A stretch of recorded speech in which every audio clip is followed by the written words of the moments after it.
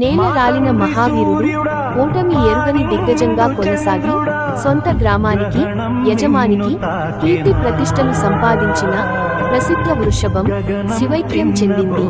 కడప జిల్లా దువ్వూరు మండలం గుడిపాడు గ్రామానికి చెందిన తుమ్మల నారాయణరెడ్డి గారి సేద్యపు విభాగపు గిత్త ఈ ఉదయం అనారోగ్యంతో శివైక్యం చెందింది.